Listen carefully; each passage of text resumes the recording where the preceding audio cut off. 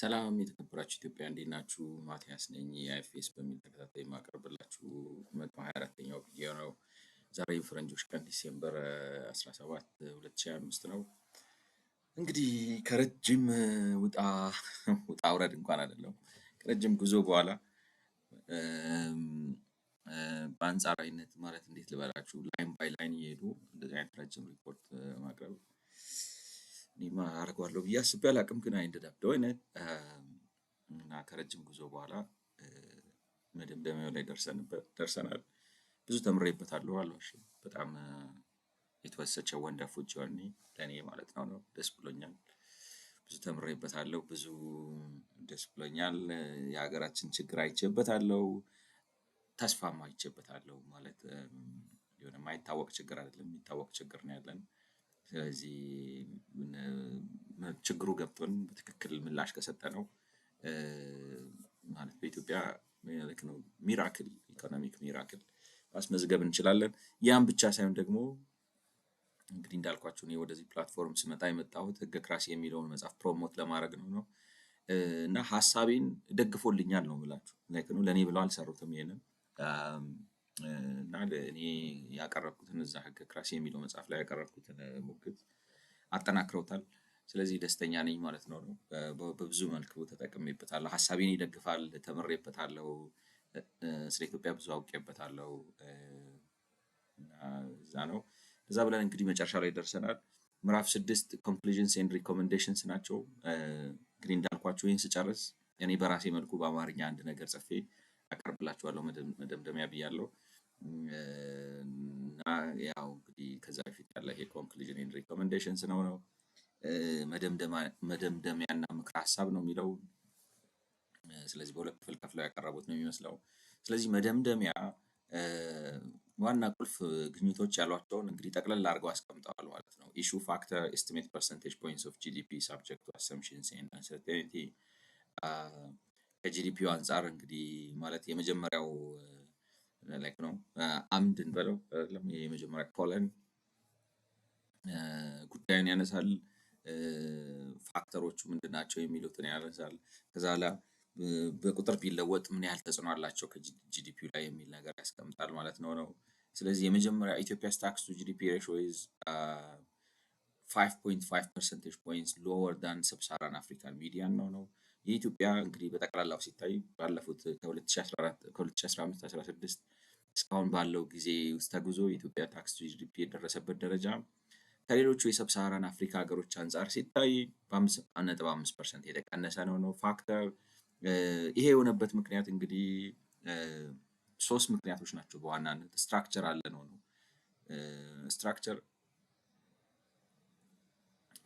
ፋክተር ኢትዮጵያስ ኢኮኖሚክ ኮምፖዚሽን ዴሞግራፊክስ ኤንድ አዘር ስትራክቸራል ፋክተርስ አር አሶሺየትድ ዊዝ ዘ ሎወር ታክስ ቱ ጂዲፒ ሬሽዮ።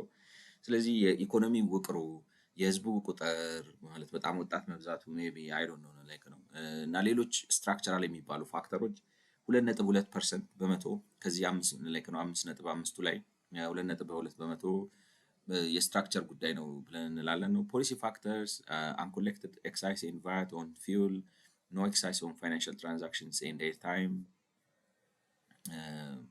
ይሄን እንዴት 2.1 እንዳደረጉት እንግዲህ ትንሽ እንትን ብሎብኛል። ማለት አሁን በነዳጅ ላይ ቫት እና ኤክሳይዝ ስለማይሰበሰብ እና ፋይናንሻል ትራንዛክሽን ላይ እንደዚሁም ኤክሳይዝ ታክስ ስለሌለ የፖሊሲ ጉዳይ 2.1 ቅናሽ አስከትሏል ነው። እሱም ብዙ ነው እንግዲህ እነዚህ ነገሮች ለምን ቫት አልሰበሰባችሁም፣ ለምን ኤክሳይዝ ታክስ በነዳጅ ላይ እና በፋይናንሻል ትራንዛክሽን ላይ ባለመሰብሰቡ የፖሊሲ ጉዳይ ነው። በሱ ምክንያት 2.1 ሚስ ተደርጓል ነው እና የቀረችው 1.2 ያሰባሰብ የመንግስት ያፈጻጸም ችግር ነው ማለት ነው። እንግዲህ ጠቅልል አድርጋችሁ ስታዩት ማለት ነው የስትራክቸር ላይክ ነው የመንግስት ያፈጻጸም ጉዳይ አሁን የመንግስት ድካም ነው። እነዚህ ናቸው ነው እንግዲህ ላይክ ነው ለአብራራና ልተነትን የራሴን ነገር ላስገባ ነበር ያልኩት ነገር ነው። ስለዚህ መደጋገሙ ብዙም ትርጉም የለውም። ተደምረው ለእኔ ግን የሚሰጠኝ ምንድን ነው ወስደው ኋላ የሚያስቀምጣችሁ ስንጀምር ጀምሮ አሁን ላይ ነው ስናዋቅር ጀምሮ ስህተት አለብን የሚል ነገር ነው የሚሰጠኝ። ስለዚህ በጠቅላላው የኢትዮጵያ ታክስ ቱ ጂዲፒ ሬሽዮ ከሌሎች የአፍሪካ ሀገሮች ጋር ሲነጻጸር በ5.5% ቅናሽ አለበት። ለዚህ ቅናሽ ተጠያቂው አንዱ የሀገሪቱ የኢኮኖሚ ስትራክቸር ነው። በጣም ግብርና ይበዛዋል፣ መንግስት ኢንቨስተር ይሆንበታል፣ ኮንስትራክሽን ሴክተሩ ያለ አግባብ በጣም አድጓል። ማለት በቃ ትልቅ ኢኮኖሚክ አንቀሳቃሽ ሆኗል። ከተሜነት በጣም ዝቅተኛ ነው ወዘተ እንደዚህ አይነት ችግሮች አሉበት። ስለዚህ ከዚህም ጋር ተያይዞ በጣም ኢመደበኛ የሆነ የኢኮኖሚ መስክ ይበዛል። ስለዚህ መንግስት ግብር መሰብሰብ አይችልም። እነዚህ ስትራክቸራል ፕሮብለም ናቸው።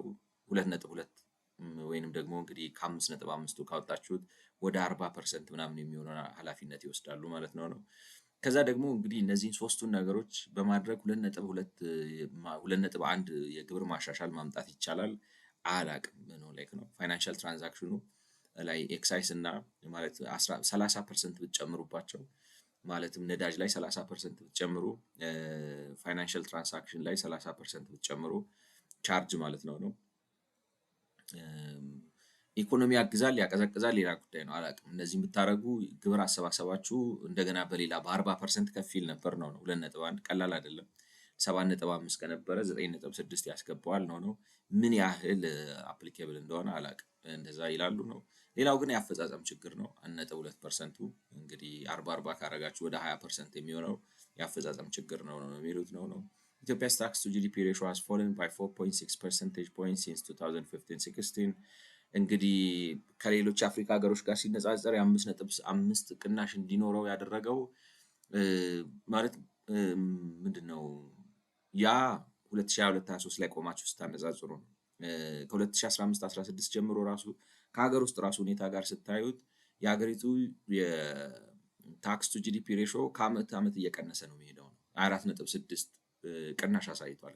ከራሱ 2015-16 ከነበረው ጋር በየአመቱ ስትሄዱ የቀነሰ የ4.6 ጠቅላላ ፐርሰንቴጅ ፖይንት ቅናሽ አሳይቷል ነው። እንግዲህ ምን ኮንትሪቢዩት ያደርጋሉ? አንደኛው ስትራክቸራል ፋክተርስ ናቸው ነው። change in the structure of economy that have made it harder to raise tax revenues including falling public investment and falling imports እንግዲህ ትልቁን ኃላፊነት የሚጫወተው ለዚህ ስትራክቸራል ከሆነው ጉዳይ አንጻር የመንግስት ኢንቨስትመንት መቀዛቀዝ ኢምፖርትም እንዲቀንስ አድርጓል እና ማለት ነው። ለምሳሌ ቫት እንዲቀንስ ያደርጋል ወዘተ። ጠቅላላ መንግስት ትልቅ ኢንቨስተር ስለነበረና ያንን ኢንቨስትመንት ስላቀዛቀዘ የ2.2% ተጽዕኖ አሳድሯል። እንግዲህ ከ4.6 2.2 ክሎዝ ቱ 45-46% ማለት የምትችሉት ነው። 2.2ን ለ4.6 ብታካፍሉት የሚመጣው ማለት ነው። ፖሊሲ ፋክተሮችም ተጽዕኖ አድርገዋል፣ ግን የነሱ በጣም ዝቅተኛ ነው። ከ0.1% በታች ነው። እሱም መንግስት እንግዲህ ስኳር፣ የህፃናት ምግብ ወዘተ ላይ አንዳንድ ምግብ አይተሞች ላይ ሆን ብሎ የቫት ቅናሽ አድርጓል፣ ግን ተጽዕኖ 0.1% ነው። ጥቂት ነው። ኮምፕላያንስ ሪሌትድ ፋክተርስ የመንግስት የግብር አሰባሰብ 1.8 ነው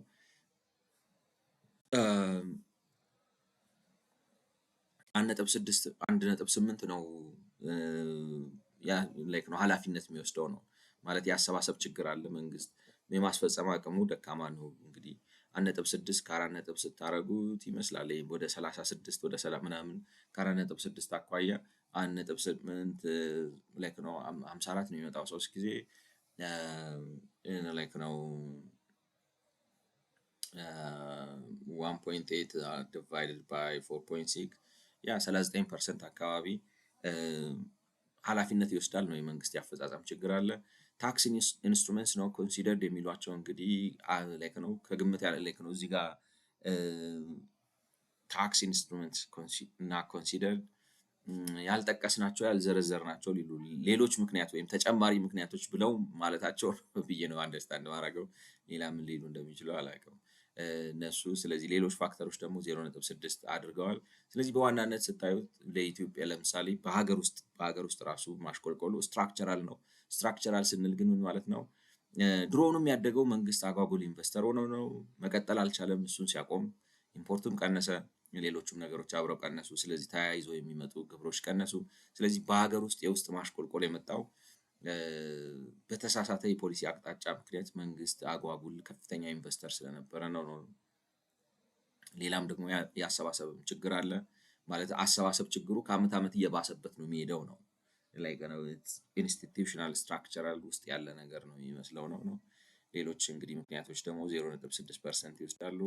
አዘር ሬሌቫንት ኢሹስ ሌላ እንግዲህ አግባብነት ያላቸው አብረው ሊነሱ የሚገባቸው ጉዳዮች the narrow estimate of the Tigray conflict on tax to GDP ratio is 0.25 percentage points included within the estimate above እና ማለት በናሮ ማለት ኮንፍሊክቱ ሰፊ ዳፋ አለው ማለት ነው። ብዙ አውድ አለው ነው። ለምሳሌ አግዋ መውጣት አለ፣ ሰራተኛ መቀነስ አለ፣ ፎሬን ከረንሲ እጥረት መፍጠር አለ ወዘተ። እሱን ትተነው ታክስ ቱ ጂዲፒ ሬሾ ላይ ብቻ ባለው ጠበብ አድርገን ስንመለከተው የትግራይ ጦርነት ያደረሰው ተጽዕኖ 0.25 የታክስ ቱ ጂዲፒ ሬሾን የመቀነስ ነገር ነው። ይሄ ደግሞ ከጠቅላላው ታክስ አኳያ ስታዩት 3% ነው። በጣም ዝቅተኛ ነው። GDP growth may have been overstated, but there is not strong enough evidence to conclude that it was ምናልባት ጂዲፒ ሲም ላይክ ነው ልኬቱ የተጋነነ ሊመስል ይችላል ወይም ነው። ነገር ግን ይህንን በእርግጠኝነት ማስቀመጥ አይቻልም። ራደር ያለውን መቀበል ነው የሚሻለው። ማለት ጥርጥር ሊኖር ይችላል፣ ግን ጥርጥሩ አይ ብሎ ማለት ነው አይ ጂዲፒ ተጋኗል ለማለት የሚያስደፍር ነገር አይደለም ነው። ስለዚህ ቴብል 6 summarizes how this report quantifies the relative importance of structural policy and compliance related factors for Ethiopia's low and falling tax to GDP ratio. These figures are reliant on a number of subjective judgments and assumptions and are far from exact. እንግዲህ አሁን እዚህ ጋር ያስቀመጠልላችሁ ላይክ ነው ዝርዝሩ የኢትዮጵያ ታክስ ቱ ጂዲፒ ሬሾ ለምን ከአመት ዓመት ያሽቆለቆለ ይሄዳል፣ እንደገናም ደግሞ ከሌሎች አፍሪካ ሀገሮች ጋር ለምን ያንሳል የሚለው ጉዳይ በእንትን ከፋፍሎ ስትራክቸራል ነው ፖሊሲ ነው ወይስ የኮምፕላያንስ ያፈጻጸም ጉዳይ ነው ብሎ ያስቀምጥና ለእያንዳንዱ ግምታዊ ቁጥር ይሰጣል። ግን ግምታዊ ናቸው ቁጥሮቹን ማሰብ ያለባችሁ። በፍጹም ላይክ ነው ኤግዛክት ሳይንስ አይደለም። 2.2% ነው ምናምን የምንለው አይደለም። ግምታዊ ቁጥር ነው። ምን ያህል ነው ተጽዕኖ የሚለው የሰጠነው ነው። structural factors are major determinant like ነው structural factors are major determinants of Ethiopia's low and falling tax to GDP ratio ትልቁን ኃላፊነት የሚወስደው እንግዲህ የውቅር ችግር ነው። እንዳልኳችሁ እነሱ ውቅር ሲሉ ለምሳሌ መንግስት ኢንቨስተር ነው ወይንም ግብርናው ላይክ ነው ሰፊ ነው፣ በኢኮኖሚ ውስጥ የመደበኛ ሴክተር ይበዛል፣ ከተሜነት ዝቅተኛ ነው፣ ኮንስትራክሽኑ በኢንዱስትሪ ሴክተሩ 95% ኮንስትራክሽን መሆኑ ነው ወዘተ። ከዛ አኳያ ነው ስትራክቸራል የሚሉት። እኔ ግን ከኔ መጽሐፍና ከኔ የፖለቲካ ፍልስፍና ሀሳብ እሱን ራሱ የፈጠረው የተሳሳተው የፖለቲካ አስተሳሰብ ስለሆነ ስትራክቸራል የሚባለው አስተሳሰብ ከዚህ ኢኮኖሚ ከሆነው ተሻግሮ መሄድና ህገ መንግስት ስንቀርጽ አገርን ስንረዳ የሀገራችንን ፋይዳ ፍላጎታችንን ማለት ራዕይ ካስት ስናደርግ ቪዥን ስናስቀምጥ ምንድን ነው የምንፈልገው? ምንድን ነው የሚቻለው? ሰው ምንም ሊፈልግ ይችላል። በውሃ ላይ መራመድ ፈልጋለሁ ልትሉ ትችላላችሁ። ጉድ ላክ አዲስ ቴክኖሎጂ እስክታመጡ። አሁን ባለው ቴክኖሎጂ ግን ሰው ያለምንም ኤድ በውሃ ላይ የሚራመድበት ቴክኖሎጂ የለም። ስለዚህ በውሃ ላይ መራመድ ከፈለግ መርከብ ላይ መውጣት ያለብን እንጂ ራሱ ከነነፍሱ ውሃው ላይ እራመድበታለሁ የሚል ቪዥን ካስት ብታደርግ ዓለም በመርከብ ስንት ቦታ ደርሶ አንተ ይህን የቁም ቅዠትን ለማሳካት ስትጥር ድህነት፣ ኋላ ቀርነት፣ እርስ በርስ ግጭት፣ ድንቁርና ምናምን ቀጥቅጦ አጥፍቶ ሌላ ነገር ነው የሚያደርግህ ነው። ስለዚህ እንደ ሀገር ራሱ ቪዥን ካስት ስናደርግ ምንድን ነው ከኢትዮጵያ የምንፈልገው? ምንድን ነው ሀገራችን ለእኛ ምንድን ነች? ገብቷችኋል? እንደ ሰው ማሰብ አለብን። እንደ አእምሮ እንዳለው ሰው እንደ አስተዋይ ሰው ማሰብ አለብን። ዝም ብለን ቅዠታችንን፣ ምኞታችንን፣ እልካችንን ያለፈ ታሪክ ምንጎትተውን ነገር ገብቷቸው ብሶታ ይሄ በቃ እንትን ነው ታውቃላችሁ። አንዳንዴ ላይክ ነው ክፉ ያናግራቸዋል። ኤኒዌይ ከእንደዛ አይነት ነገር መውጣት አለብን እና ምን ይቻል እንደ ባለ አእምሮ ሰው ማሰብ አለብን። ስርዓት መያዝ አለብን። እንትን አይደለም፣ ዝም ብሎ መደንፋት አይደለም፣ ዝም ብሎ ማውራት አይደለም። እንብሰል፣ ሌላ ነገር አይደለም። እኔ ይመስለኛል በቃ ላይክ ነው እንደ እንትን የገነነ በቃ ላይክ ነው ተራራ የሆነ የድንቁርና መዓት ተሸክመን ነው የምንዞረው። ሰውን እንመስላለን እንጂ እልም ያለን መሀይም ነን ነው የምላችሁ በብዙ ነገር። ምክንያቱም ሰው ወዶ ላይክ ነው ወዶ እንደዚህ አይሆን የያዘ ይዘቱ ነው። የያዘው ደግሞ ሌላ ነገር አይደለም፣ መሀይምነቱ ይዞት ነው የሚል እምነት ነው ያለኝ። ስለዚህ ተሻግረን ሀገራችን መኖሪያ ነው እንኑርበት፣ እንደሰትበት ላይክ ነው ማንግባባበት ምንለያይበት ነገር ሊኖር ይችላል። ግን አንተም ባጥረ እኔም ባጥረ አንተም ላይክ ነው እንዴት ልበላችሁ ምንድነው የሚባለው ይህ ነው ላይክ ነው ለሁላችንም የሚበቃ መሬት፣ ለሁላችንም የሚበቃ ሰማይ፣ ለሁላችንም የሚበቃ መንገድ አለ። በየራሳችን መንገድ ሄደን እንኑር። ላይክ ነው የራሳችን ህይወት ይኖራል። የሰው ህይወት ውስጥ እርጎ ለመሆን አንፈልግ፣ ጥልቅ ለማለት አንፈልግ። ገብቷቸዋል። ሌትስ ማይንድ አወር ኦውን ቢዝነስ ላይክ ነው። ዲፍረንስ ካለ ማለት ህገ ክራሲ ላይ ያስቀመጥኩት ሀሳብ ይሄ ነው። ላይክ ነው ዴሞክራሲ ማለት እሱ ነው። ላይክ ነው ማንደራደርባቸው መሰረታዊ ነገሮች አሉ። እነዛ ማንደራደርባቸው መሰረታዊ ነገሮች ምንድን ነው? ሰው የህይወት ዋስትና ያስፈልገዋል። በቃ ይሄ ክርክር አይደለም። ማንም ሰው ህይወቱ ዋስትና ያስፈልገዋል። ማንም ሰው ንብረቱ ዋስትና ያስፈልገዋል። ማንም ሰው ነፃነቱ ዋስትና ያስፈልገዋል። እዚህ ላይ አንደራደርም። ከዛ በተረፈ ግን በድምፅ ብልጫ ይወሰናል። በቃ አለቀ። ምንም ይሁን ምን ነው ማለት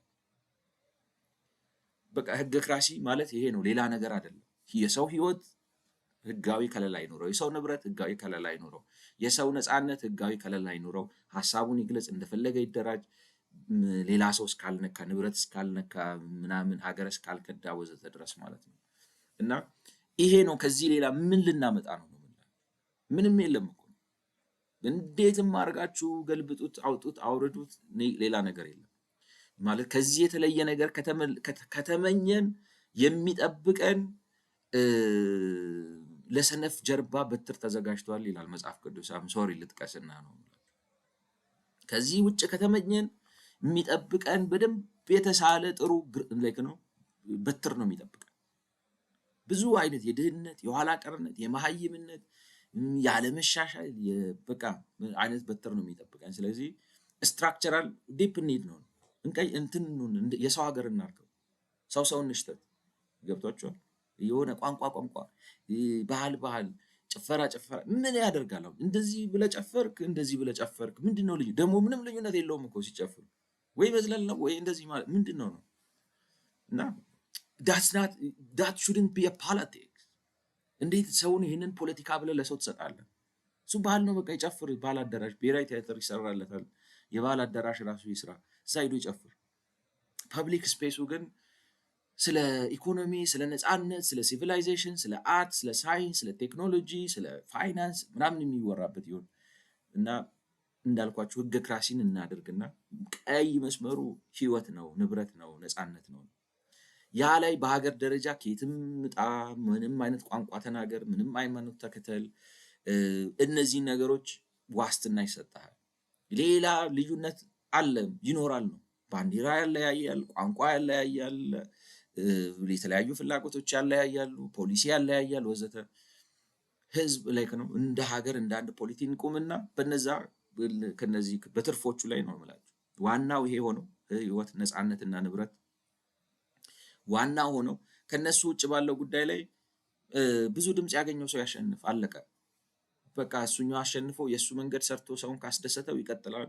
ካልሆነ በሚቀጥለው ደግሞ ያኛው አሸንፎ ይመጣል። ከዚህ ውጭ መንገድ የለም ነው የምላችሁ። ከዚህ ውጭ ያለው ነገርኳችሁ። ለሰነፍ ጀርባ በትር ተዘጋጅቷል። ትወጣለህ፣ ትቀምሳለህ። እየቀመስን ነው፣ ይኸው እየተረገጥን ነው። ሰው አይደለም ግን የሚረግጠን ነው የምላችሁ። የራሳችን መሀይምነት ነው፣ የራሳችን ጋግርታምነት፣ እልከኝነት ዋጋ እያስከፈለን ነው። ግን እንዳልኳችሁ እነሱ ስትራክቸራል ፋክተር የሚሏቸው አሁን እንዳልኳችሁ መንግስት ኢንቨስተር የመሆኑ ጉዳይ። እኔ ግን መንግስትን ኢንቨስተር የሚያደርገው ምንድን ነው? አጓጉል ነው ብላችሁ መንግስት ኢንቨስት ቢያደርግ ችግር ኖሮት አይደለም። የኢትዮጵያ መንግስት ግን አደርጋለሁ እንደሚለው አይነት ኢንቨስት የፖለቲካ ህገ መንግስት ስንቀርጽ ነው፣ ክልል ስናዋቅር ነው፣ ተቋማት ስንዘረጋ ነው፣ ብሔራዊ ባንክ ስናቋቁም ነው፣ ገንዘብ ሚኒስቴር ስናቋቁም ያቋቋምንበት መርህ ጋጠወጥ የመሀይም እንትን ስለሆነ ነው። እነሱ ግን ስትራክቸራል የሚሉት መነሻውን አይደለም ነው። እኔ ከመነሻው ስሩን እናድርቀውና ስሩን እንፍታው፣ ይሄኛው ራሱ ይስተካከላል ማለት። በህግ ስታረጉት መንግስት ኢንቨስት ላርግ ሲል ኢንቨስት ያርግ ሲኖርህ ነው። ግን ነው የሌለህን ብር አምጥተህ ኢንቨስት አታ። ምክንያቱም ተጠያቂነቱ አካውንታብሊቲው ምናምን ይመጣል። ይዛል የገብቷቸው ራሱ ሲስተሙ ይይዘዋል። ዝም ብለህ ዋጋ ግሽበት ይሄን ያህል ነው ስትል ሲስተሙ ቼክ ያደርጋል፣ ወይ እድገቱ ይሄን ያህል ነው ስትል ሲስተሙ ቼክ ያደርጋል። ስለዚህ ቁጭ ትላለህ፣ ስርዓት ትይዛለህ እንደ መንግስትም ማለት ነው።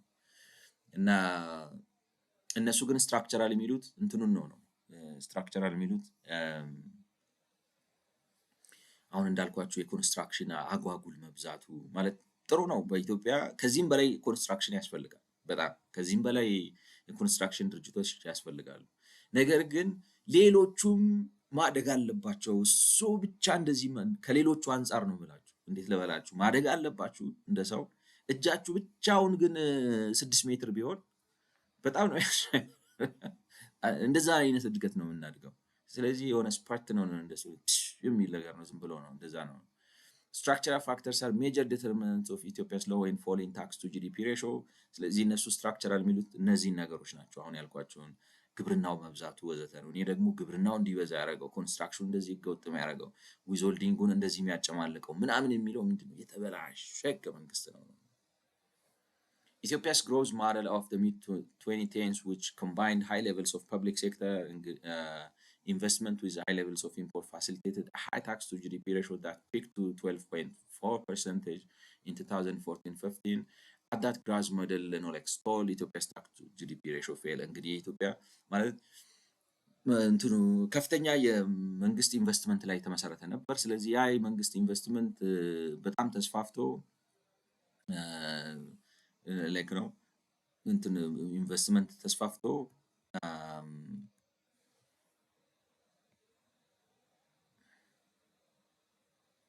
ሪኮሜንዴሽን ሶሪ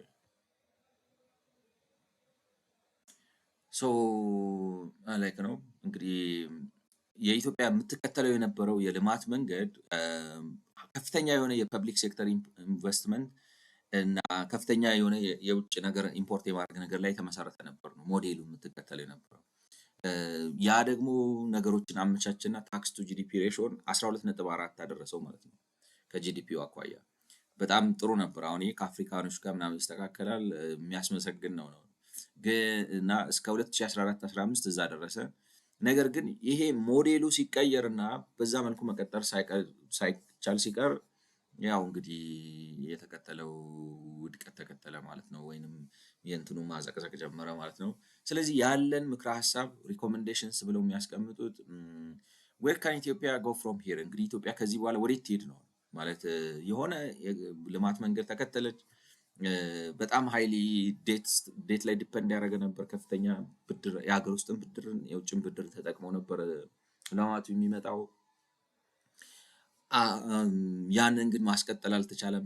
አንሰስተነብል ደረጃ ላይ ደረሰ። ስለዚህ ያቆመ። ያ ሲቆም ታክስ ቱ ጂዲፒ ሬሾ በሀገር ውስጥም ቀነሰ፣ ከሌሎቹ የአፍሪካ ሀገሮችም ጋር ሲነጻጸር ዝቅተኛ ሆነ። ስለዚህ አሁን ኢትዮጵያ እንግዲህ አሁን ያለችበት ደረጃ ላይ ደርሳለች። ከዚህ በኋላ ወዴት ትሄድ ነው?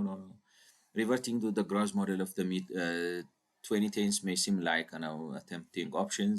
ምናልባት ሊያጓጓ ይችላል ወደ ነበረው ወደዛኛው ለመመለስ ማለት ይሄ ተበድሮ ልማት ስራ የመስራት but regardless of the merits of this growth model and whether reverting to it would even be possible, high public investment is not sustainable way to increase the tax to GDP ratio. እንግዲህ ምንም እንኳን በጣም ፈታኝ ላይ ያጓጓል ወደዛ እንመለስና ታክስ ቱ ጂዲፒ ሬሾችን እንደዚህ አድርገን እናንሳው በሚል ጉጉት ሊፈጥር ቢችልም ይቻላል ወይ መመለስስ ማለት ነው። ያንን ነገር ሊያመጣው ይችላል። ግን ትችላለህ ወይ? ብድርስ የሚሰጥሃል ወይ? አሁን የለም ነው ያው ምኞት ነው። ስለዚህ ቢቻልም ባይቻልም ሊያጓጓ ይችላል። ቢቻልም ባይቻልም ግን ወደዛ መመለስ የሚመከር አይደለም፣ ሰስተነብል አይደለም። በሱ ማስቀጠል አይቻልም።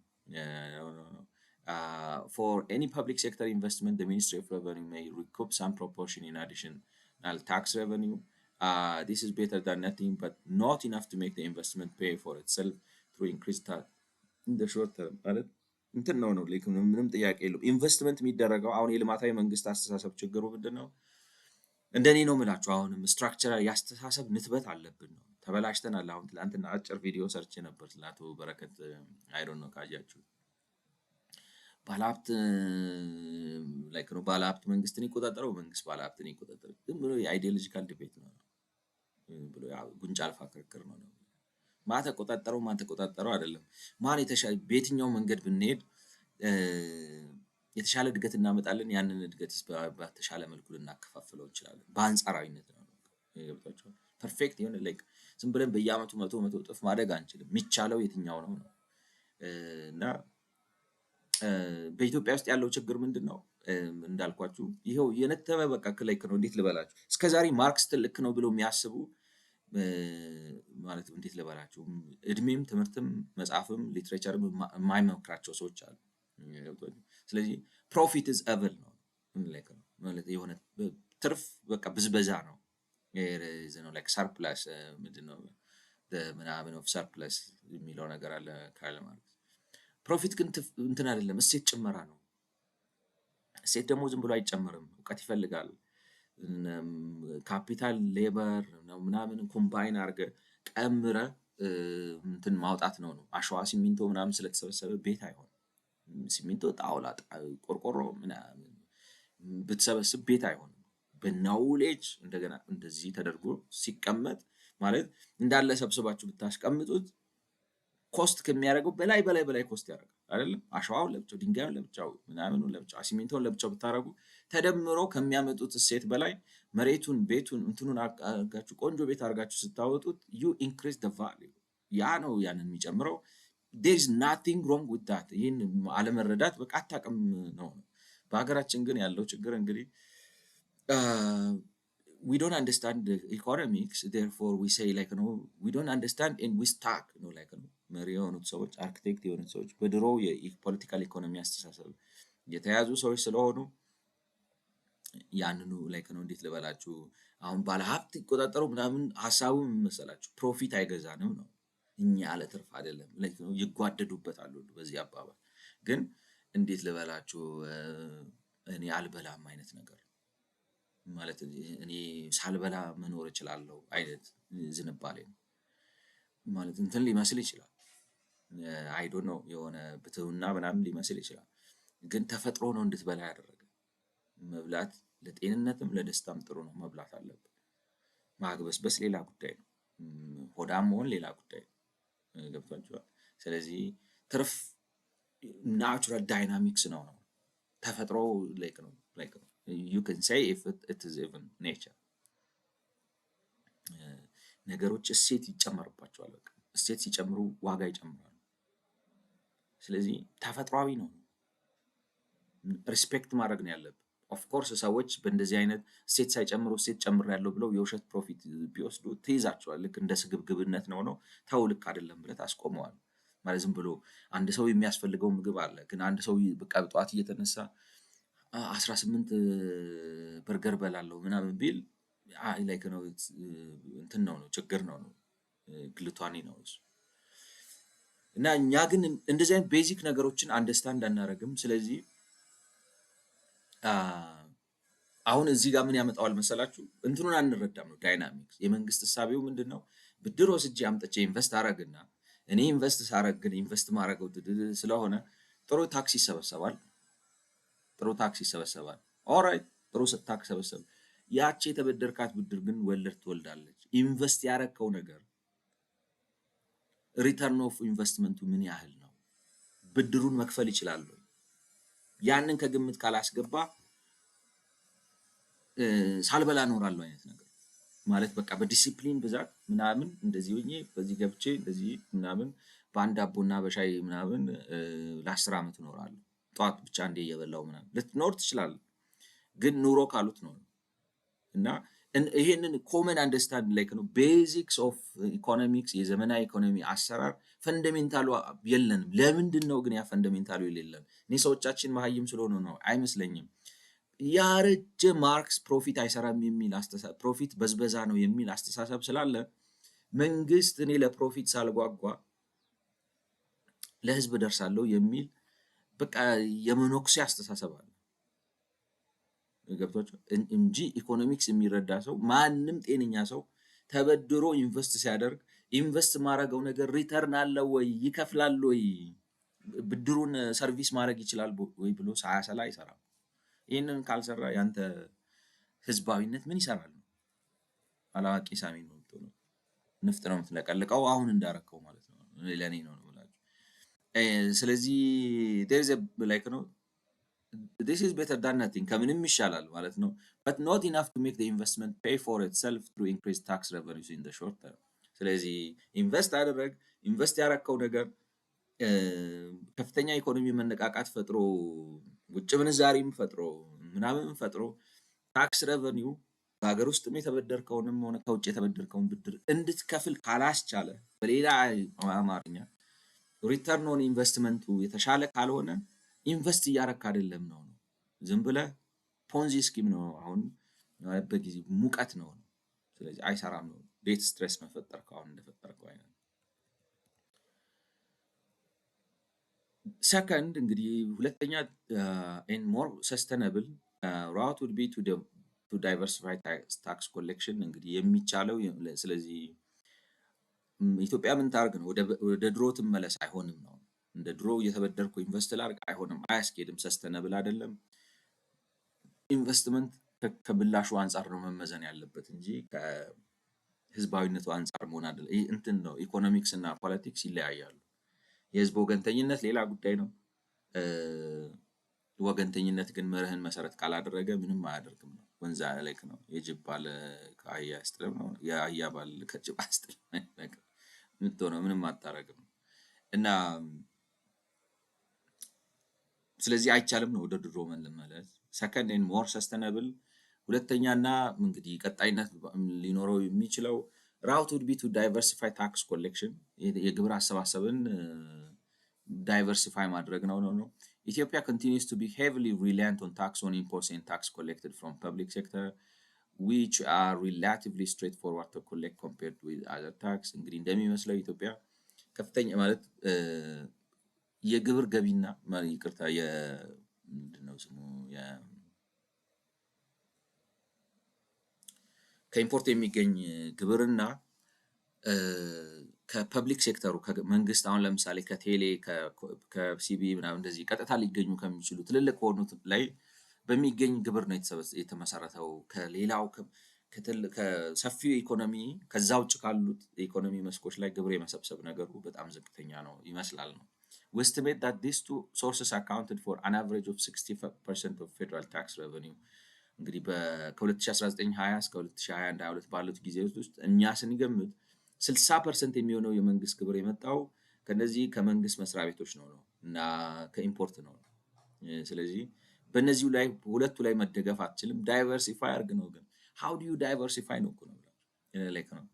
ዳይቨርሲፋይ አርግ ማለት እንደኔ ነው ማለት እንደኔ መረዳት የህግ በላይነት አስፍን፣ ካፒታልና ሌበር ከሀገር ሀገር የሚንቀሳቀስ ነገሮች ላይክ ነው። ክልሎች ሲካለሉ ቢዝነስን ፎከስ ያደርጉ ይሁን፣ ሰዎች በታለንታቸው ወደ ኃላፊነት የሚመጡበት ሁኔታ ምናምን ፍጠር ማለት ነው። ያንን ዘግተነዋል ነው በማይረባ ኋላ ቀር በሆነ የድንጋይ ዘመን የብሔር ምንድነው የነገድ ብሔርተኝነት ፖለቲካ ማለት ነው። ስለዚህ ዞሮ ዞሮ የሚወስደን እዛው ህገ መንግስቱ ጋር ነው። ላይክ ነው ማስተካከል አለብን። ምክንያቱም ላይክ ነው 60% በኢምፖርት እና በመንግስት ድርጅቶች ላይ ብለ ተመርኩዘ ባለፈው እንዳልኳችሁ ይሄ ብጥ ያለ ጭንቅላቱና ይሄ ጡንቻው ምናምን ብጥ ያለ ከታች ያለው ሰውነቱ ግን ሳር የሆነ ማህበረሰብ ነው እየፈጠርን ያለነው። መንግስት ያብጣል ማለት ስታዩት አሁን ኢትዮጵያን ስትራክቸር ስታዩት እኮ አዲስ አበባ እና ፌደራል መንግስት እንደዚህ አብጠው እንደዚህ ያሉና ሌሎቹ ሳር የሆኑ ነው የሚመስለው። እውነቴን ነው። like unbalanced growth ነው in the country ያለው። ስለዚህ ያን unbalanced growth ማስቀረት አለብን ነው። ስለዚህ ባለፈው እንዳልኳችሁ እንግዲህ የኢትዮጵያ ኢኮኖሚ ይሄንን እየመሰለ ነው ማለት ታክስ አይታችኋል። ለምሳሌ የሚሰበሰበው በአዲስ አበባ እና በአካባቢው ላይ ነው። አዲስ አበባ እና ፌደራል መንግስቱ የሚሰበሰበው ታክስ ከሌላው ጋር ሲነጻጸር በጣም ጥቂት ነው። በየክልሎቹ የሚሰበሰበው ማለት መጠኑ በጣም ዝቅተኛ ነው እና አዲስ አበባ በጣም አውትሻይን ያደርጋል እና ኢኮኖሚያችን እንደዚህ አይነት ቅርጽ እየያዘ ነው እና እንትን ብንለው ምንድነው የሚባለው ዳይቨርሲፋይ ማድረግ አለብን። ግን ዳይቨርሲፋይ ላርግ በሚል የሚመጣ አይመስለኝም። ወጥነት ያለው እድገት ለመፍጠር ማለት መዋቅሪያችንን የሀገር ማለት ነው እሳቤው መሰረቱ ወዘተ ኢኮኖሚክ ቫይታሊቲ ፈንዳሜንታል የሆነ ነገር ማምጣት አለብን። ያን ለማድረግ ግን ማለት የሀገር ፋይዳው ላይ መስማማት አለብን። የሀገር ፋይዳው ለመኖር ነው አይደለም ላይክ ነው የኢኮኖሚ ተጠቃሚነት ህይወት ነው፣ ንብረት ነው፣ ነፃነት ነው። ከዛ ያለፈው ልዩነት ማለት ነው ብቸኛው በሰላማዊ መንገድ ልትፈቱበት የምትችሉበት መልኩ በዲሞክራሲ ነው። በድምጽ ብልጫ ነው። በዲሞክራሲ ህይወት፣ ንብረት፣ ነፃነት በተረጋገጠበት። ከዛ በተረፈ በሌላ መንገድ ልፍታው ካላችሁ በጣም ኃይል ዶሚናንስ ከሌላችሁ አይሆንም ነው። ላይክ ነው ምንድነው የሚባለው ባትፈልጉትም ታግሳችሁ ማለፍ ያለባችሁ ነገር ነው። እሱን ዊዝደም እንደ ሀገር መማር አለብን ብዬ አስባለሁ። ገብቷችኋል? ላትፈልጉ ትችላላችሁ፣ ግን ኢትስ ናት ወርዝ ነው። ላይክ ነው ለምሳሌ ባንዲራ ካልቀየርኩ ብላችሁ ጦርነት ብትገቡ ነው ምን ሊገኝ ነው? በባንዲራ ምክንያት አሁን አንድ የሆነ ግሩፕ ተነስቶ ያዙኝ ልቀቁኝ ብሎ ጦርነት ቢገባ ነው የምላችሁ። ህይወት ነው ወይ? አይደለም። ባንዲራ ገብቷል። ንብረት ነው ወይ? ነው አይደለም። ሰላም እንትን ምንድነው? ነፃነት አየር ነው ወይ? አይደለም ነው። የትኛውም ባንዲራ ሰው አሜሪካን ሀገር የአሜሪካ ባንዲራ እየተውለበለበ ኢንጆይ አድርገህ ትኖራለህ። ገብቷችኋል? ስለዚህ ማለት ላትፈልጉት ትችላላችሁ። ባንዲራውን ስታዩት ደስ ላይላችሁ ይችላል። ግን ምንድነው ነው? ምን ፋይዳ አለው? ከተቻለ መልካም ከተቀየረ እናንተ የምትፈልጉት ባንዲራ ከሆነ፣ ካልሆነ ግን ለሱ ብላችሁ ግጭት ብትገቡ ምናምን ካታ ብትፈጥሩ ብጥብጥ ብትፈጥሩ ምንድነው ፋይዳው? አንደኛ ላታሸንፉም ትችላላችሁ። ሁለተኛ ብታሸንፉም እና ብትቀይሩትም አንድ ኢንች አይገፋችሁም ነው። ምንም አያደርግም። ሴንቲመንታል ነው ቫልዩ ነው እና ታሪካዊ ፋይዳ ምናምን ላይክ ነው። አሁን ለምሳሌ አረንጓዴ ቢጫ ቀዩን ያለ ኮከብ ወዳለው የሚለው ታሪካዊ ምናምን ዳራ አለው ነው የሚለው። ታሪኩ የት ነው የሚሄደው? አንዳንዱ ወስዶ ጋር ያያይዝላቸዋል። ግን ላይክ ነው ሂስቶሪካሊ የሚታወቅ አካውንት ብትሄዱ ጥቂት ጊዜ ነው የሚመስለኝ ባንዲራ። አንዳንዱ ደግሞ በዚህ ባንዲራ ተጨቁኛለሁ ይላል። ማለት ዝም ብሎ እንዴት ልበላችሁ በቃ መሃይማዊ አርጊውመንት ነው። ገብቷችኋል? ኢረሌቫንት ነው ማለት ከዘመኑ ጥያቄ አንፃር የዘመኑ ጥያቄ ትምህርት ቤት ነው። የዘመኑ ጥያቄ ምርት ነው። የዘመኑ ጥያቄ ስራ ነው። የዘመኑ ጥያቄ ድልድይ ነው። የዘመኑ ጥያቄ ቴክኖሎጂ ነው። የዘመኑ ጥያቄ የስራ እድል ነው ወዘተ ነው። እነሱን ሶልቭ እናድርግ። ኢን ዘ ሚን ታይም ከተቀየረ ተቀየረ፣ ካልተቀየረ who cares ማለት እሱንም የምታስበውን የሚመስለኝ ስራ ስለሌለ እና ታክስ ኮሌክሽን from state-owned enterprises much higher than from the private sector relative to their tax collection from state-owned enterprises much higher than from the private sector relative to their contribution to the economy። እንግዲህ በአንጻራዊነት ስቴት ኦውንድ የሆኑት ኮርፖሬሽኖች ኢንተርፕራይዞች ከአስተዋጽኦአቸው በላይ ግብር ይከፍላሉ። በሌላ አማርኛ ይገኛሉ፣ በትክክል ሪፖርት አድርገው ይከፍላሉ። ፕራይቬት ሴክተሩ እንግዲህ አይገኝም ይመስላል። state owned enterprises accounted on average 10% of non-agricultural GDP between 2000 በመንግስት ኦን የተደረጉ ድርጅቶች ከ2019 እስከ 2021 ከ2019-20 እስከ 2021-22 ባለው ጊዜ ውስጥ የኢኮኖሚ አስተዋጽኦአቸው 10% ነው የነበረው ነው። ነገር ግን በአቨሬጅ 29% of domestic federal VAT and corporate income tax in those years። እንግዲህ በእነዚህ ከ2019-20 እስከ 2021-22 ባለው ጊዜ ውስጥ ምንም እንኳን የስቴት ኦንድ ኢንተርፕራይዞቹ የኢኮኖሚ ኮንትሪቢዩሽናቸው 10% ቢሆንም የከፈሉት ግብር ግን በአማካይ በቫት እና ኮርፖሬት ኢንካም ታክስ ሲታይ 29% አካባቢ ነው። The high reliance on tax on imports and taxes collected from public sector means that Ethiopia's tax to GDP ratio is vulnerable to change in imports and public sector activity። እንግዲህ ከዚህም የተነሳ ኢትዮጵያ በጣም በከፍተኛ ደረጃ በዚህ በፐብሊክ ወይም መንግስታዊ በሆኑ ድርጅቶች ኢንቨስትመንት ላይ የምትደገፍ መሆኑና ከዛ በሚመጣው ታክስ ላይ የሚደገፍ በመሆኑ የሀገሪቱ የታክስ ቱ ጂዲፒ ሬሽዮ በኢምፖርት እና የፐብሊክ ሴክተሩ በሚያደርገው ኢንቨስትመንት ላይ በጣም ተደጋፊ ይሆናል ማለት ነው። ስለዚህ ዳይቨርሲፋይ አድርጎ የሚሉት መንግስትና መንግስት ኦን የሚያደርጋቸው ኢንተርፕራይዝ ብቻ የታክስ ምንጭ የሆኑ ሌሎችም የታክስ ምንጭ እንዲሆኑ አድርጉ ነው። ግን how do you diversify how do you do that? እኔ ከመሰረታዊ የሆነ ህገ መንግስታዊ ለውጥ ሳታደርግ ሜቢ እንደዛ ማድረግ ሊቻል ይችላል። ግን እንዴት ልበላችሁ አትሊስት የፍልስፍና መስተካከል ከፍተኛ የሆነ የአእምሮ ለውጥ ያስፈልጋል። ኢን ሰንስ የኢትዮጵያ መንግስት ማለት እንደው አጓጉል አናሊሲስ ውስጥ እንዳያስገባኝ እንጂ ለስልጣኑ ስለሚፈራ አይመስለኝም እንደዚህ የሚያደርገው። ገብቷችኋል? የሴኪዩሪቲ ስጋት ከውስጥ የሚመጣ ምናምን ስልጣን የሚቀባኝ የሆነ የተደላደለ ነው፣ ችግር የለበትም። ገብቷችኋል? ላይክ ነው ኢኮኖሚ እንዴት አድርጎ ኦፕሬት ማድረግ ስለማያውቅ ነው ችግሩ። እንደኔ እይታ ነው ብላችሁ እንጂ ስለሰጋ ኢኮኖሚውን ልቆጣጠረው ኢኮኖሚውን ካልያዝኩኝ ያመልጠኛል ምናምን ልጓሙን ካልያዝኩት አይደለም ማለት በጣም ፓወር አለው እኔ እንደምረዳው ነው ብላችሁ ካልተሳሳትኩኝ እና የዘመናዊ ኢኮኖሚ አንደርስታንዲንግ ኖሮት ኢኮኖሚውን መልቀቅ አንሊሽ የማድረግ ላይክ ነው ነገር ስላልገባውና እንዴት እንደሚያደርገው ስላላወቀ ወይም እንግዲህ በአንድም በሌላ ምክንያት ስላልፈለገ ይሆናል። Without further increasing taxes on imports, which are already high by regional standards, or by further increasing tax paid by state-owned enterprises, the only way to increase tax to GDP ratio will be to increase tax collection from private sector. ስለዚህ እንግዲህ የኢትዮጵያ መንግስት ዳይቨርሲፋይ ማድረግ አለበት ነው።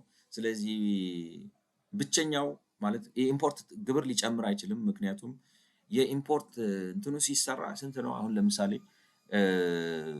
ቶታል እኔ እንኳን ተሳስቼ ነበር በፊት ማለት በጣም ብዙ 100 ምናምን ፐርሰንት የሚሰበስብ ነበር የመሰለኝ። ግን እንትኑን አውጥታችሁ ነው የምላችሁ በጠቅላላ በሀገር ውስጥ ላይ ነው ከሚገቡት አሁን ለምሳሌ ኤክሳይዝ ምናምን እየጣለ ሰርቻርጅ ከፍ እያደረገ ከስተም ዲዩቲም ከፍ እያደረገ ማይፈልጋቸውን በፖሊሲ ደረጃ ዲስከሬጅ ሊያደርጋቸው የሚፈልጋቸውን ኢምፖርቶች ነበር። እኔ እንግዲህ ወይም ፊድ የተደረኩት ያን መረጃ ነበር። ለምሳሌ መኪና ላይ 300% ምናምን ታክስ ሊያስጥላችሁ ይችላል ምናምን የሚል ነበር ነገር ማቀው እና ሁሉም እንደዛ መስሎኝ ነበር። ግን ስታዩት ለምሳሌ በሀገሪቱ ጠቅላላ የ1 ቢሊዮን ዕቃ ኢምፖርት ተደረገ ብላችሁ ብትሉ ጠቅላላ ኢምፖርት ከተደረጉት ዕቃዎች ከ1 ቢሊዮኑ ምን ያህል ታክስ ሰበሰበ ተብሎ ታክስ ሲሰራ አይ ቲንክ 14% ምናምን ነው የሚመጣው። ከሌላ ላይክ ነው አትሊስት በፖሊሲ ደረጃ ይተገብሯል አይተገብሩም ሌላ ጉዳይ ነው ማለት ነው። ሌሎች የአፍሪካ ሀገሮች ጋር ግን ስታዩ አይ ቲንክ 7% 8% I'm not sure I have to find out ግን ላይክ ነው ኦልሬዲ ግን ብዙ ላይክ ነው የኢትዮጵያው ይበልጣል። ምንም እንኳን እኔ እንዳሰብኩት በጣም ኤግዛጀሬትድ የሆነ ባይሆንም ግን በፐርሰንቴጅ ደረጃ የሚወስዳት ከኢምፖርት የሚያገኘው ታክስ ብዙ ነው። ስለዚህ ዳይቨርሲፋይ ማድረግ ካለበት ማለት ነው እንዴት አድርጎ ዳይቨርሲፋይ አድርጎ ወይንም ላይክ ነው ኤግዚስቲንግ እንትኖች ባሉበት እንዴት አድርጎ ነው ታክስ ሊያሻሽል የሚችለው? ኢምፖርት ታክስ መጨመር ነው። ያ ግን ማይታሰብ ነው። ምክንያቱም ኦልሬዲ በሪጂናል ስታንዳርድ ራሱ ከፍ ያለ ግብር ነው የሚሰበስበው። ስለዚህ እንዲያውም ከተቻለ ኢምፖርቱን ማስተካከል ነው እንጂ ያለበት የኢምፖርት ግብር ላይ ተጨማሪ የፖሊሲ ለውጥ ማድረግ አይደለም ነው። ስቴት ኦንድ ኢንተርፕራይዞችም ላይ ተጨማሪ ግብር ሊያመጣባቸው አይችልም። ምክንያቱም ኦልሬዲ የኢኮኖሚ ኮንትሪቢዩሽናቸው 10% ቢሆንም በአቨሬጅ ከነሱ የሚሰበሰበው ታክስ 28% ነው። ከአስተዋጽኦአቸው በላይ ግብር እየከፈሉ ነው። ስለዚህ ብቸኛ ያለው አማራጭ የኢትዮጵያ መንግስት ግብር ማሻሻል ከፈለገ የግሉን መስክ ግብር የሚከፍልበትን ሁኔታ ከፍ ማድረግና ማሻሻል ነው ያለበት ነው። this will be challenging ከባድ ነው ግን የሚሆነው ይሄ with a few like with a few notable exceptions discussed in this report. Ethiopia's policy choices are similar to those of other SSA countries, though it's not necessarily the case that policy choices in other countries are optimal. ምንም እንኳን በሌሎች አፍሪካ ማለት ነው ከሰሃራ በታች ያሉ አፍሪካ ሀገሮች ውስጥ ያለው የታክስ ፖሊሲ ጉዳይ ኦፕቲማል የሚባል ታክስ ፖሊሲያቸው በቃ ጥሩ ነው ምናምን የሚባል ባይሆንም በጣም ከተወሰኑ ጉዳዮች በስተቀር ለምሳሌ አሁን ነዳጅ ላይ 30% ኤክሳይስ እና ቫት አይጥልም። ፋይናንሻል ትራንዛክሽን ላይም እንደዛው ከሚሉት በስተቀር የኢትዮጵያ ፖሊሲ የግብር ፖሊሲ ከአብዛኛው ከሰሃራ በታች ካለው የአፍሪካ ሀገር ጋር ተመሳሳይ ነው። so compliance is weak and appears to be going backwards even after accounting for changes in compliance arising from structural change. ስለዚህ ከግሉ መስክ የግብር አሰባሰብን ለማሻሻል የፖሊሲ ለውጥ አይደለም ማድረግ ያለበት። ምክንያቱም ከነዚህ አሁን ከጠቀስናቸው የኤክሳይዝ ታክስ እና ቫትን ነዳጅ ላይ ከመጨመር እና የትራንዛክሽን ላይ ከመጨመር ውጪ ከሌላው የአፍሪካ ሀገር ጋር የሚመሳሰል ነው። ስለዚህ ለውጥ አድርጎ የፖሊሲ ለውጥ አድርጎ የሚያመጣው ነገር የለም ነው። ግን እንደሚመስለው አፈጻጸም ያሰባሰብ ጉዳዩ ማነሱ ብቻ አይደለም ነው፣ ከአመት አመት እየባሰበት ነው የሚሄደው እና እዛ ላይ መስራት አለበት ነው።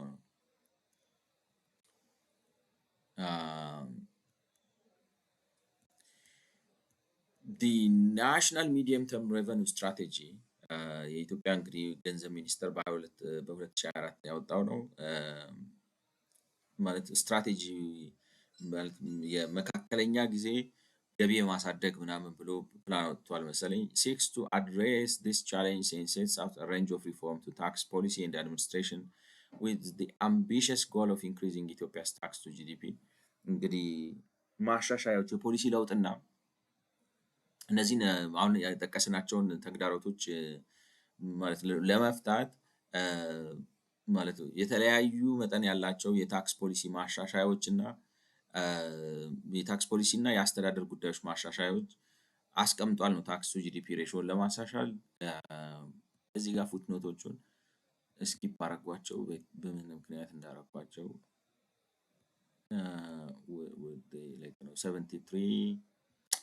72 we estimate that these two sources accounted for 72 እና 73 this is equal to the sum of all taxes on trade, customs duty, surtax, excise, import VAT 72 ምን ነበረ?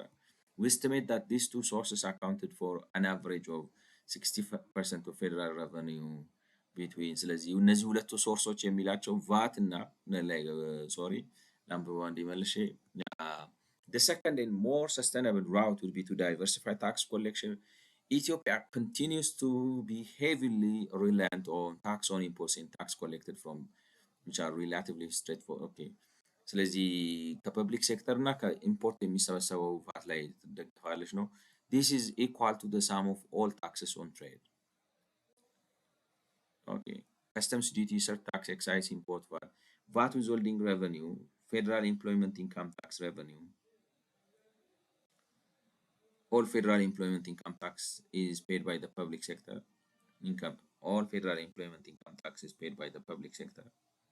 All federal employment income tax and 29% of federal. This is equal to the sum of all taxes on trade. Menu 72 like no. these two sources ሁለቱ እንግዲህ እነዚህ ሁለቱ ሶርሶቹ 60% ናቸው። 60% ለሚሆነው ታክስ ምንጭ ናቸው ነው። ማን ናቸው ሁለቱ? ከፐብሊክ ሴክተር በፐብሊክ ሴክተሩ የሚከፈለው ታክስ እና ከኢምፖርት የሚገኘው ግብር ነው እና ይሄም ደግሞ ከምን ጋር ላይክ ነው ሳም ኦፍ ላይክ ከኢምፖርት ነው። ከስተም ዲቲ፣ ሰርታክስ፣ ኤክሳይዝ፣ ኢምፖርት ቫት፣ VAT withholding revenue, federal employment income tax revenue. All federal employment income tax is paid by the public sector. All federal employment income tax.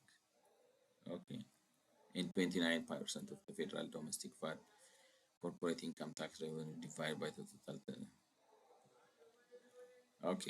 ስለዚህ እንግዲህ እነዚህ 60% የተባሉት እነማን ናቸው ነው? አይ ቲንክ ሊዘረዝሯቸው ነው። 60% የአካውንት አድርገዋል ያላቸው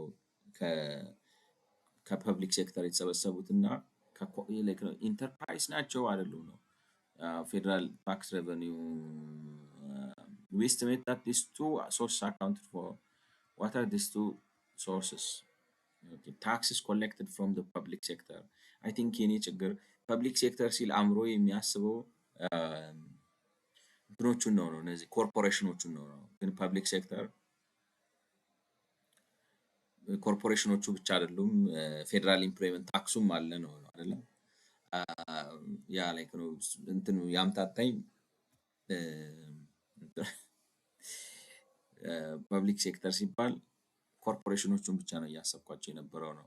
ስለዚህ እንደዚህ ማለት እንግዲህ ሁሉም በንግድ ከውጭ ንግድ ጋር የተያያዙ ማለት ቀረጥ፣ ሰርታክስ፣ ኤክሳይዝ ታክስ፣ ኢምፖርት ቫት፣ ቫት ዊዝሆልዲንግ ሬቨኒው፣ ከቫት ዊዝሆልዲንግ የሚፈጠር ፌዴራል ኢምፕሎይመንት ኢንካም ታክስ ሬቨኒው ከፌዴራል ኢምፕሎይመንት ታክስ እና ፐብሊክ ሴክተር በፌዴራል ደረጃ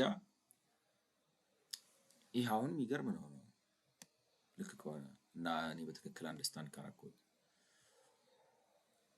ሁሉም የፌዴራል ኢምፕሎይመንት ኢንካም ታክስ is paid by the public sector ማለት what about the banks for example ነው ማለት what about the different like trading ምናምን አሁን አዲስ አበባ ውስጥ ያሉት ስንት የንግድ ተቋም አለ ነው ሆቴሉ በሉት መዝናኛው በሉት እንትኑ ምንድነው የሚባለው ሰራተኛ ቀጥሮ የሚያሰራው ንግድ ቤቱ ምኑ ወስዳችሁ ስታዩት እነሱ ምንም ኢንካም ታክስ አልከፈሉም። አይ ዶንት ኖ እንዴት ሊሆን እንደሚችል የሚገባቸው ማለት እንዳለ ኦል ፌደራል ኢምፕሎይመንት ታክስ ኢዝ ፔድ ባይ ዘ ፐብሊክ ሴክተር። ፌደራል ኢምፕሎይመንት ታክስ ማለት የስራ ገቢ ግብር የተከፈሉት የመንግስት መስሪያ ቤቶች ብቻ ናቸው። ስለዚህ ለምሳሌ በየቦታው የምታዩት ኮንስትራክሽን ካምፓኒ፣ በየቦታው የምታዩት ጅምላና ችርቻሮ ነጋዴ፣ በየቦታው የምታዩት ሆቴል፣ በየቦታው የምታዩት የተለያየ ነገር የኢምፕሎይመንት ታክስ አልከፈለም ማለት ነው በፌደራል ደረጃ። እንደዚህ አይነት ኢምፕሬሽን ነው የሚሰጣቸው። how is that possible I don't know። ከሆነ ምንድን ነው የሚሰራው ነው? ለምንድን ነው የማይከፍሉት? ለምሳሌ but I don't think እንዴት ሊሆን እንደቻለ in 29% of the federal domestic VAT revenue and እና ደግሞ 29% of the federal domestic VAT revenue and corporate income tax revenue divided by the total federal tax revenue ምንድን ነው?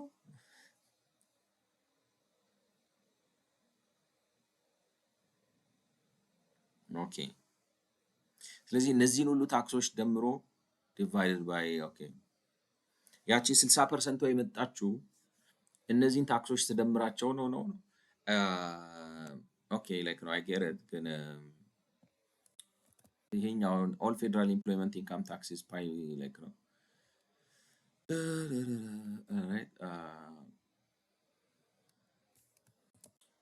what do you like know I was checking myself and I want you to tell me what you understand by alright by like the statement in the parentheses alright which says all federal in the parentheses is that bracket but whatever federal employment income tax is paid by the public sector.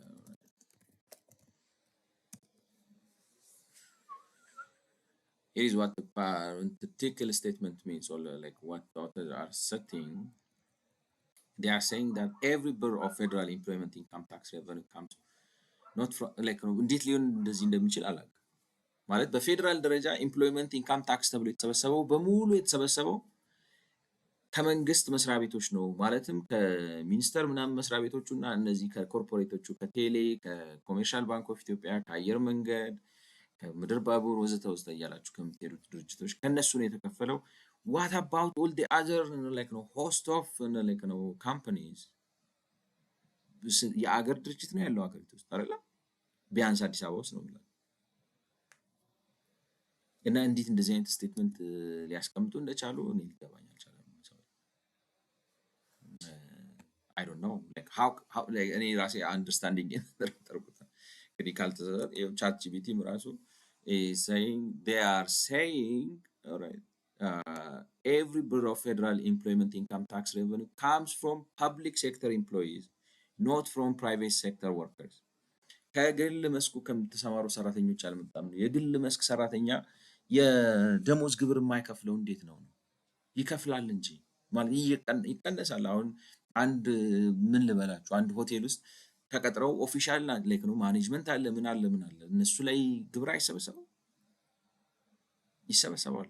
እኔ እስከማውቀው ባንክ ፕራይቬት ባንኮች አሉ ብትሄዱ ግብር አይሰበሰብም፣ ይሰበሰባል። እና ይሄ የማይሰበሰብ ከሆነ አምልጠውን ነው ደግሞ አትሉም። ፋብሪካዎች አሉ፣ ስንት ፋብሪካ አሉ አናያቸውም፣ ኦዲትድ አይሆንም ወዘተ እንዳትሉ ገብቷቸዋል። ኮርፖሬሽን ናቸው፣ አካውንቲንግ ፋይናንስ ምናምን ኦዲት የሚደረጉ ምን የሚሉ ናቸው። እና እንዴት እንደዚህ አይነት ስቴትመንት ቦልድ ስቴትመንት እንዳስቀምጡ አይ ዶንት ኖ አላውቅም። አቨሬጅ ሼር ኦፍ ቫት ኢን ኮርፖሬት ኢንካም። ስለዚህ ይሄንን ካልኩሌሽን የሰራ ነው 60% የሚሆነው ከዛ ላይ የመጣው ስንል እነዚህን ሁሉ ደምረናቸው አሁን እንግዲህ እያሉ ያሉት ምንድን ነው ዳይቨርሲፋይ አድርጉ። ምክንያቱም እንግዲህ ስናየው ታክሱን 60% የሚሆነው ከኢምፖርት እና ከመንግስት ሬቨኒዎች የሚመጣ ነው፣ ከፐብሊክ ሴክተሩ የመነጨ ነው 60% የሚሆነው ኖ እኔ ምን አድርጌያቸው ታዲያ all federal employment income tax is paid by the public sector it doesn't add up ለኔ ወይም እያሉ ሊሉ የፈለጉት 60% የሚሆነው ከዛ ነው የመጣው ለማለት ነው። ያለ ካልሆነ በስተቀር እሱ ያስኬዳል። 60% የሚሆነው የሰራተኛው ደሞዝ የገቢ ግብር የመጣው 60% የሚሆነው ከዛ ነው ካሉ ኦኬ። ካልሆነ ግን ፌደራል ኢምፕሎይመንት ታክስ ጠቅላላ ማለት እንዳልኳችሁ የራሴን ኢንተርፕሪቴሽን ተጠራጥሬያለሁ፣ ግን ቻትጂፒቲም ከኔ ጋር ይስማማል ነው። ስለዚህ 60% የመጣው የኢምፖርት ግብሮቹን ደምረን ቫት ዊዝሆልዲንግ ሬቨኒውን ደምረን ፌደራል ኢምፕሎይመንት ታክስ ሬቨኒውን ደምረን እና ደግሞ 29% ፌደራል ቫት ሬቨኒው ኤንድ ኮርፖሬት ኢንካም ታክስ። ምክንያቱም 29% የኮርፖሬት ቫት እና ላይክ ነው ፌደራል ዶሜስቲክ ቫት እና ኮርፖሬት ኢንካም ታክስ ኮርፖሬት ኢንካም ታክስ የመጣው ከመንግስት ኮርፖሬሽኖች ነው። የኮርፖሬት ኢንካም ታክስ ጠቅላላ በሀገሪቱ ውስጥ ያለው የኮርፖሬት ኢንካም ታክስ 29% ከየት ነው የመጣው? ከመንግስት ኮርፖሬሽኖች ነው። ቅድም እንዳሉት ማለት ነው። ምንም እንኳን 10% ቢሆንም ኮንትሪቢዩሽናቸው 28 አሁን ግን እዚህ ጋር 9 አድርገውታል። እና ደግሞ ቫቱንም ላይክ ነው 29%ን ጀነሬት ያደረጉት እነሱ ናቸው። እነዚህን ሁሉ ደምረን ዲቫይድድ ባይ the federal tax revenue ስናረገው 60%ቱ ኮንትሪቢዩት የተደረገው በኢምፖርት እና በፐብሊክ ሴክተሩ ነው። 29% is the average share of VAT in the like corporate income tax between 2000 blah blah accounted for state-owned enterprise within a captured domestic excise turnover tax or other direct taxes paid by the public sector. ይህን ስናደርግ እንግዲህ በመንግስት ወይም በፐብሊክ ሴክተሩ ኤክሳይዝ ተርኖቨር እና አዘር ዳይሬክት ታክስ የተከፈሉትን ከግምት አላስገባም ነው የሚለው። እዚህ ጋር ልጨርስና ሰዎች በሚቀጥለው እንግዲህ በ125ኛው ቪዲዮ እንቀጥልበታለን። ስለሰማችሁኝ አመሰግናለሁ። መልካም ጊዜ